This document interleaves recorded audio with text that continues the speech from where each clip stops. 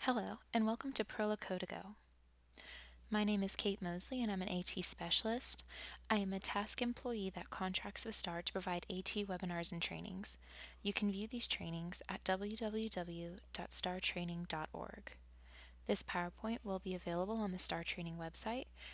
If you have any additional questions or have an idea for a PowerPoint you'd like me to conduct, please email me at tasc@ucphuntsville.org. So just a little bit about TASK and STAR. TASK stands for Technology Assistance for Special Consumers. We do AT consultations, informal sessions, and technical assistance. We also have a lending library where you can check out our equipment for up to 2 to 3 weeks. This equipment can include switches, mounts, adaptive toys, communication aids, aids to daily living, computer keyboards, and more. STAR is Alabama's assistive technology resource. Their website, atforall.com, is an online database that provides current inventory of AT and medical equipment. If you are unable to find a piece of equipment that you'd like, you may also post want ads for items. So just a brief overview about what this webinar is going to be about. You are going to learn what Proloquo2Go is, what devices you can use Proloquo2Go on, how to communicate using Proloquo2Go, how to edit boards in the program, and more resources for better understanding. So what is Proloquo2Go? Proloquo2Go is an app that you can find on Apple products. It is a communication board. You press keys on the screen to form sentences. Then the sentences are translated from text to speech through the program. The benefit to Proloquo2Go is it is less expensive than other AAC devices because it is on an iPad. This communication device can serve people from the beginner to advanced level of communication. Last but not least, who could benefit from this program? Anyone with a communication disorder and people who use switches. This app is switch compatible. So, unfortunately, this app is only for Apple products. That means iPads, iPhones, iPods, and iWatches. To utilize this app on an iWatch, you must have an iPhone. And this app is compatible with iOS 8.2 or newer.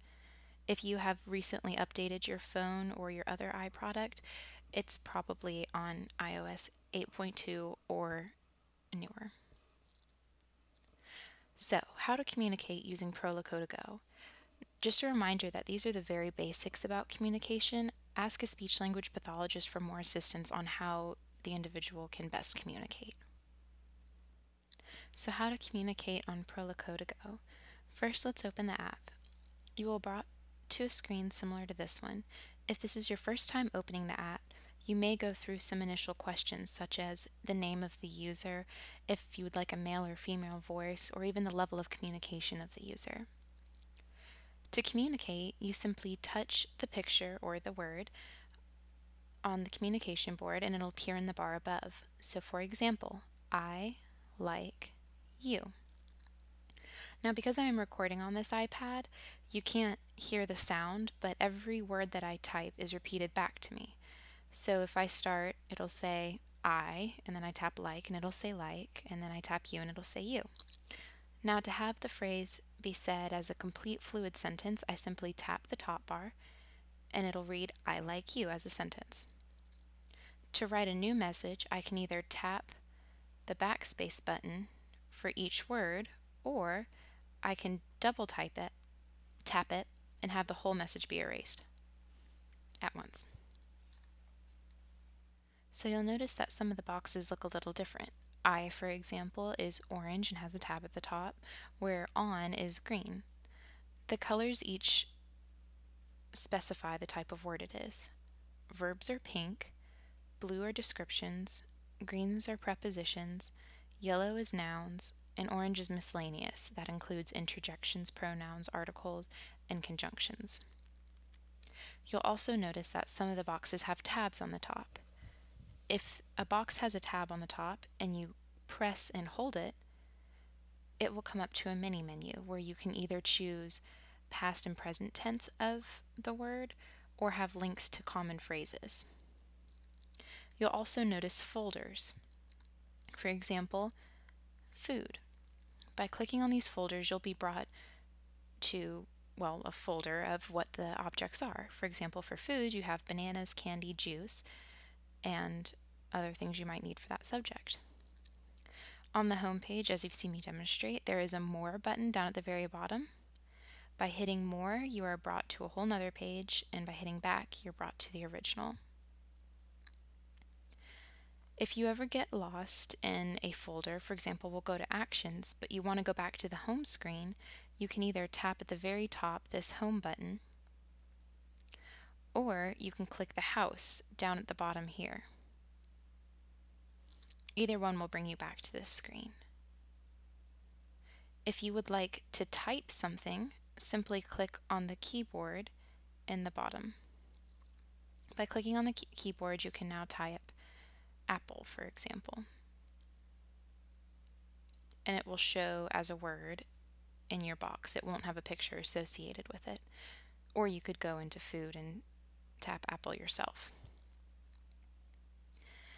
This button right here with the two boxes allows you to change the view of what you're looking at. You can look at your recents. So in the last 15 minutes I did "I like you" as a phrase. Or you can go into your typing keyboard. This is another way to access it. And last but not least, you can access your grid, which has your pictures and your words on it. The Share button allows you to share your message either to notes or mail, or you can even share it to Facebook or some common contacts that you have. So if you have a phrase and would like to text message it, that's an option for that button. So now let's review how to edit boards.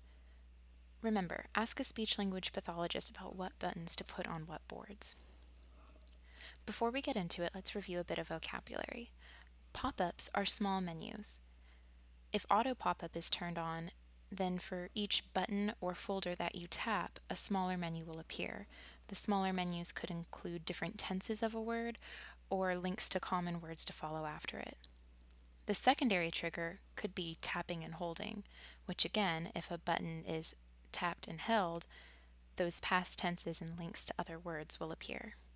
Snapback is how you transfer between folders. So if I'm in one folder and I tap the word, immediately it would close down that folder, and it could either take me to the home page or the folder I was in before. Otherwise, the words would still be on the screen and I would have to push the back button to get to a previous folder or to the home page. It's just a more efficient way of getting back to the original page. So now let's learn how to edit boards. I have already gone into the food folder and then the fruit folder to add a new button. Now let's say we have an individual who likes mangoes. Mangoes are not one of the pre-done options in this device, so I'd have to add it manually. To add it manually, I'll tap on the pencil down at the bottom corner here. It'll bring me to a screen similar to this one. Now if I would like to add a new button, I push the plus here on that small white box. This gives me a blank button. So I'm going to type in mango, and the system already has a label for it. So this bar that I just typed in is this text-to-speak label. That means that if I type it in here and it comes up, it is what the computer will say. Now, if I had an individual who maybe didn't recognize that fruit as mango, but maybe called it a orange pear, then I can name the label an orange pear. Now by clicking done, I have my items set, but there are other options that you can change. You can change the background color of the button, so if you would maybe like orange fruits to have an orange background and green fruits to have a green background, you have that option. You can change the border color, so as I had mentioned earlier, that yellow borders mean that they're nouns, and I'd like to keep it that way because it's a little easier to recognize. You can change the text, the display, so if you would like the image displayed or just the words or the image and the words. Visibility allows for transparency of the button. You also have speech. So if maybe the individual is used to a man saying mango as opposed to a woman, you have the option to change it. The word kind, if for whatever reason mango was an adverb, I have that option to make it that. And then last but not least are our two auto close and pop-up and snapback options. Snapback is a great option that once you type your button, once you press your button, it'll bring you back to the home page. Auto close when pop-up will close after you have opened the options available. So if we had been in a item that allowed you to open up to a smaller menu and choose from the smaller menu, when you typed from the smaller menu, it would close that smaller menu. You'll also notice up at the very top row where you have a plus and a plus with a slash through it. These are easier ways to edit a lot of buttons at once. For example, when I tap the check, it gets all of the nouns or all of the buttons that I have available on this page and selects them. This way I can change backgrounds at the same time or the border color. So for fruits I wanted to make all nouns green, I had that option. I can also deselect everything.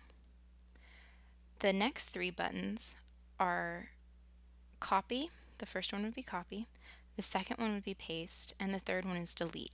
So if I like strawberry and want it on the first and second page, then I can push the copy button, come to the second page, and push paste. Now I have strawberry on the first and second.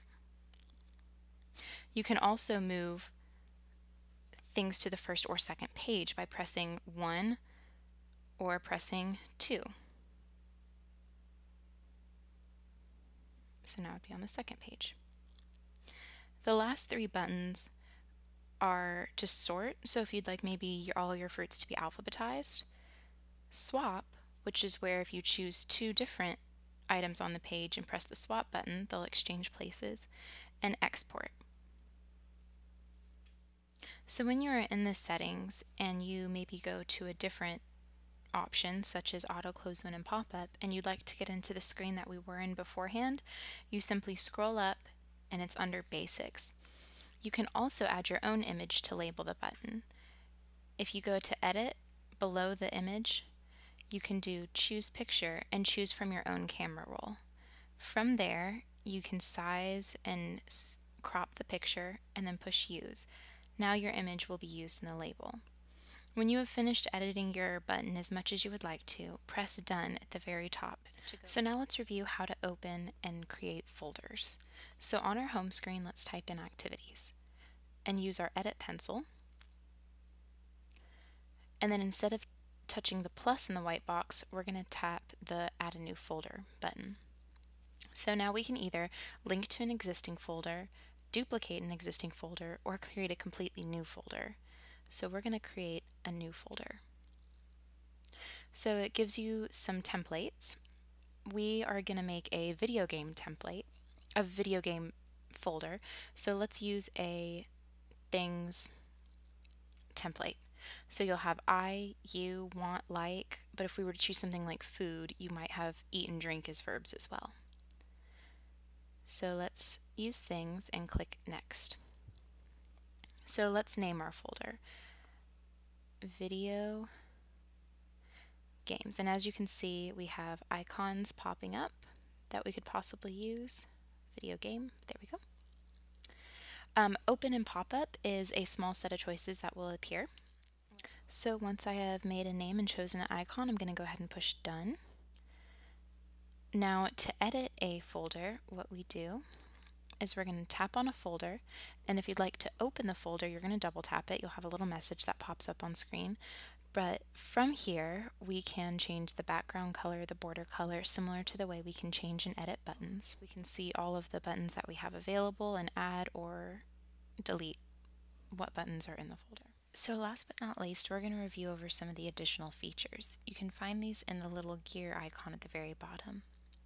So a lot of these are self-explanatory. For example, in appearance, if you scroll down, you can change what's in the message window, which is the blue window at the top, the toolbar size, which is down at the bottom, how many images you want on each board, and so on.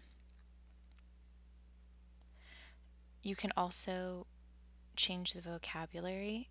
You can edit templates, so as I showed earlier, you can have things or places as a template and you can change that. The vocabulary level, so basic communication, you know, your basic needs as opposed to intermediate or advanced curriculum. You can also change what is on the home folder and delete folders as was on there.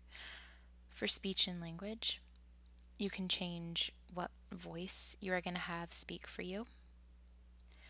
You can change whether or not you want things to be spoken immediately after you push the button or as a whole afterwards. And you can even have different languages for your speech. Under grammar, you can change the types of verbs and nouns and pronouns and so on that are available. For example, so when you type on am, you would like to change the different tenses of those and stuff. You can do past and present. If you don't want those options, you can take those off from here. Prediction is for word prediction. So when you're starting to type, maybe if you say I like you a lot, when you start typing I like, maybe it'll predict the word you before you even need to get to that board. So you can turn that on or turn it off. Auto spacing is the spacing between words. Learning is when you are typing words or typing sentences, is it going to remember that or not? So if you would like all words to be remembered that you type, you can have that option, or only correctly spelled words. And then on your display, how many suggestions would you like for the prediction and what the sizes are, and change the preferences there at the bottom. For access method, this is the part where if you use switch access, you can start all that up. You need either a switch interface, which you can learn more about in some of my other webinars, or a Bluetooth switch for this to work. I recommend turning on scanning so that you really only need one button to control this, and again, watch my switch webinar for more information. Select on release. This means that if you hold the button down, it'll still scan until you pick your hand off the button, and that will select a button. And then hold duration is how long something must be held before it is selected. Under interaction, we can see how we interact with the communication boards. So the first group would be for the message board. So repeated tap, if the user taps it a bunch of times, is it going to restart the speaking, stop the speaking, pause or continue the speak, or ignore? So if you have someone that taps constantly, maybe it would be best to have it under ignore, or someone who maybe wants to start over, it would be better to have restart speech. The keyboard button, so this is just the difference between do you want a grid keyboard or something that's more similar to the typing view. For viewing, for example, showing page buttons will bring it up so that if you have, I think it was under fun, you know, a page down instead of having to scroll. So you have those options as well. Or snapback, as described earlier, will bring you back to either the previous folder or the home folder. That is up to you. Pop-ups are when you tap on a folder or a button, it will pop up with a mini menu for you to choose some options in that. Again, same with buttons. Do you want them to be able to tap it as many times as it can and it pops up in the communication screen, or would you prefer a delay so you can only tap the button once every 3 seconds or 4 seconds? You have that option. Secondary trigger, so that would be tapping and holding as opposed to tapping. You can set actions for that as well. And orientation support is that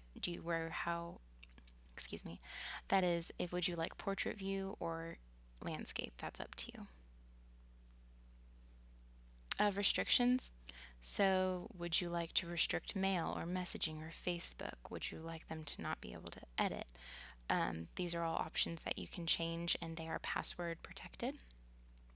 And that would be under privacy, where you can add passwords or change whether or not they have access to Facebook and not. Editing, advanced editing, those are just going into buttons and seeing more options. So do you want to change color, typing style, where the image is in relation to the word? That can be done from the editing, but it's easier to do that from the pencil setup here. Lock options, again, set up a password and you can have it lock and unlock. backups and Dropbox. Dropbox is an app where you can keep your information and documents in a cloud. And you can also back this up to iTunes or to your computer. It's smart to have a backup just in case you break an iPad and you have to get a new one, or if you'd like to transfer what you have on your iPad to your iPhone, you have that option. And the last grouping is support, news, and about Assistiveware and their Proloquo2Go program.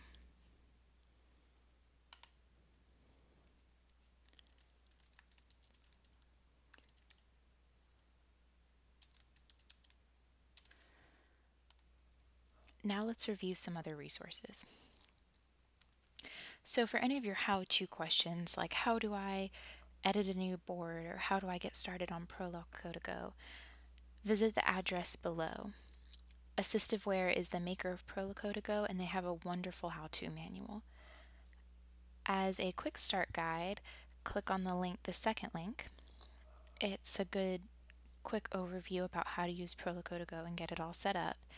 And last but not least, to add how buttons and folders, there is a small menu that is very easy to read and very user-friendly, and that is the third link. I recommend, if you have this app, to download all these manuals and keep them in case you need quick access to any of the features. So if you have any comments, questions, or ideas about this webinar or any of my webinars, please email me at tasc@ucphuntsville.org. Thank you very much.